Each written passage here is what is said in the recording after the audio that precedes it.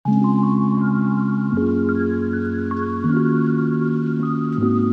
দর্শক, আসসালামু আলাইকুম। সবাইকে স্বাগতম জানাচ্ছি আমার আজকের পর্বে। আজকে আমি আপনাদের টিম ময়দার পেঁয়াজ দিয়ে সম্পূর্ণ নতুন ইউনিক একটি নাস্তা তৈরি করে দেখাবো। এই নাস্তাটি তৈরি করা খুবই সহজ, খেতে অনেক বেশি মজার হয়।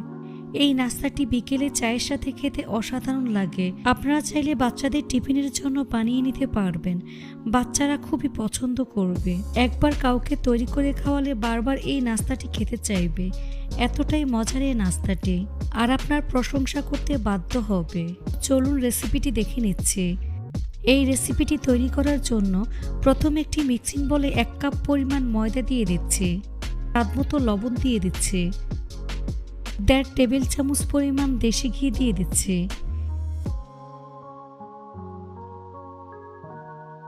এখন এই ঘি ময়দার সাথে খুব ভালো করে মিশিয়ে নিতে হবে। ঘি ময়দার সাথে খুব ভালো করে ঘষে ঘষে মিশিয়ে নিতে হবে, কারণ ময়ানটা যত ভালো হবে এই নাস্তাটা তত খাস্তা হবে, তাই একটু সময় নিয়ে ময়ান করে নিতে হবে। যখন দেখবেন হাত দিয়ে মুঠ করলে এরকম দলা পেকে যায়, তাহলে বুঝতে হবে মাখানোটা পারফেক্ট হয়েছে। এখন এর মধ্যে অল্প অল্প করে পানি অ্যাড করে সফট একটা ডো তৈরি করে নিতে হবে।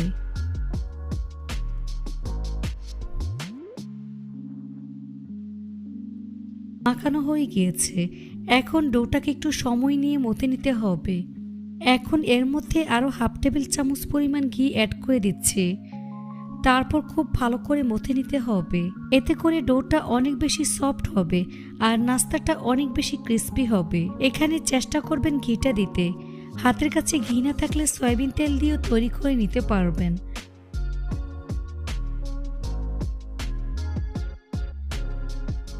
তো আমি সফট একটি ডো তৈরি করে নিয়েছি।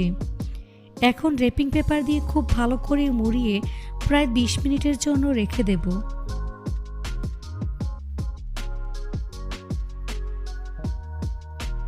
এবার চুলে একটি ফ্রাই প্যান বসিয়ে 2 টেবিল চামচ পরিমাণ সয়াবিন তেল দিয়ে দিচ্ছি।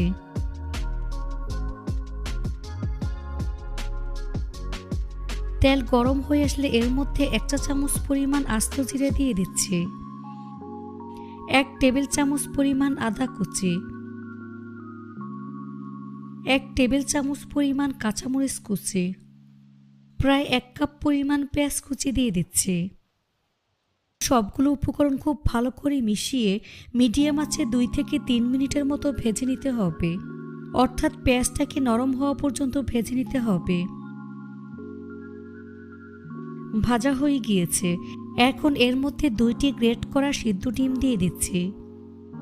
এখন এর মধ্যে দিয়ে দিচ্ছি 1/4 চা চামচ পরিমাণ মরিচের গুঁড়া, 1/4 চা চামচ পরিমাণ চাট মশলার গুঁড়া, স্বাদমতো লবণ দিয়ে দিচ্ছি। এবার সবগুলো উপকরণ খুব ভালো করে মিশিয়ে প্রায় 4 থেকে 5 মিনিটের মতো ভেজে নিতে হবে। 5 মিনিট পর এর মধ্যে সামান্য পরিমাণ হলুদের গুঁড়া দিয়ে দিচ্ছি, আবারও খুব ভালো করে মিশিয়ে নিতে হবে। তারপর এর মধ্যে 2 টেবিল চামচ পরিমাণ ধনিয়া পাতা কুচি দিয়ে দিচ্ছি। ধনিয়া পাতা খুব ভালো করে মিশিয়ে নিতে হবে। এখন চুলা বন্ধ করে এই পুরটাকে ভালো করে ঠান্ডা করে নিতে হবে। ফিরে আসলাম 20 মিনিট পর। এখন ডোটাকে আরও কিছুক্ষণ মথে নিতে হবে। এখন ডোটাকে সমান 3 ভাগে ভাগ করে নিচ্ছি। এবার এখান থেকে একটি ডো বোর্ডের উপর রেখে প্রথমে গোল বলের মতো তৈরি করে নেব। তারপর বেলুন দিয়ে বেলে মোটামুটি পুরুত্বের একটি রুটি তৈরি করে নিতে হবে, তবে খুব বেশি মোটা করা যাবে না, আবার একেবারে পাতলাও হবে না।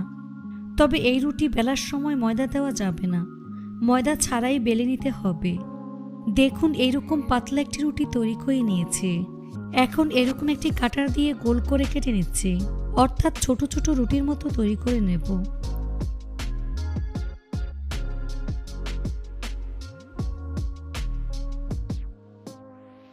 এখন বাড়তি অংশ উঠিয়ে নিচ্ছি। তারপর এখান থেকে একটি রুটি নিয়ে ছুরির সাহায্যে এভাবে লম্বালম্বি করে দাগ টেনে দিচ্ছি।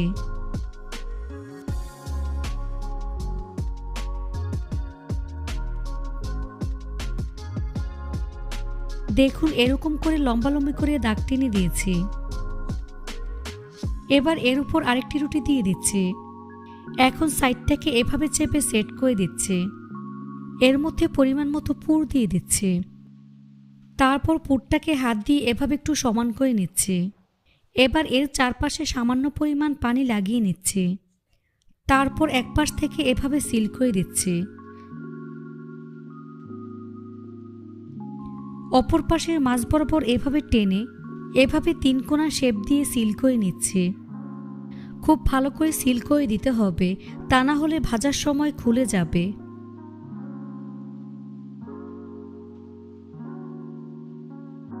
এই তো আমার একটি নাস্তা তৈরি হয়ে গিয়েছে। একইভাবে আমি আরেকটি নাস্তা তৈরি করে আপনাদের দেখিয়ে দিচ্ছি।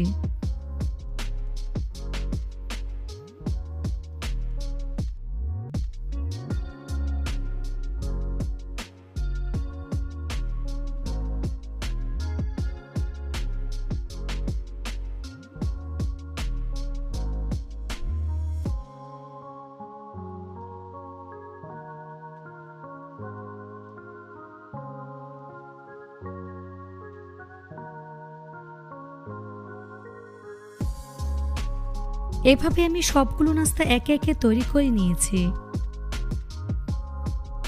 দেখুন নাস্তাগুলো দেখতে মাশাআল্লাহ কতটা সুন্দর হয়েছে।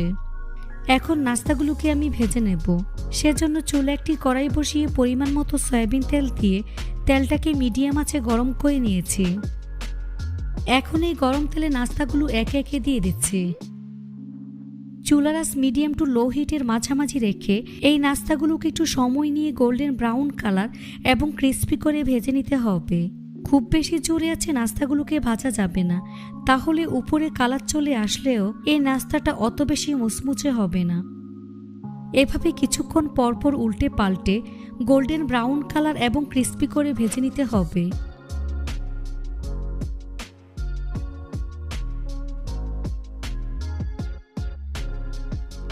ভাজা হয়ে গিয়েছে। এখন ছাঁকনি দিয়ে তেল ছেঁকে নাস্তার প্লেটে নিয়ে নিচ্ছি। বাকি নাস্তাগুলোকে একইভাবে ভেজে নিতে হবে।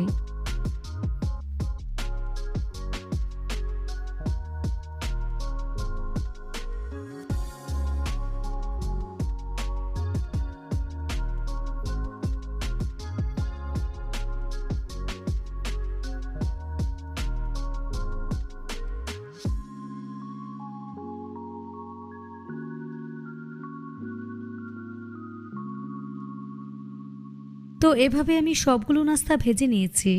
দেখুন মাশাআল্লাহ দেখতে কতটা সুন্দর এবং কতটা লোভনীয় হয়েছে। এই নাস্তাটা কিন্তু অনেক বেশি ক্রিস্পি হয়েছে আর খেতে অসম্ভব মজার হয়েছে। একবার তৈরি করে খেলেই বুঝতে পারবেন ঠিক কতটা মজার। আশা করছি আমার আজকের এই রেসিপিটি বাসার ছোট থেকে বড় সবাই অনেক বেশি পছন্দ করবে। রেসিপিটি ভালো লাগলে অবশ্যই একটি লাইক দিবেন, চ্যানেলটি সাবস্ক্রাইব করার অনুরোধ রইল আর আমার ফেসবুক পেজটি ফলো দিয়ে রাখবেন। আজ এখানে বিদায় নিচ্ছি। সবাই অনেক বেশি ভালো থাকবেন। আল্লাহ হাফেজ।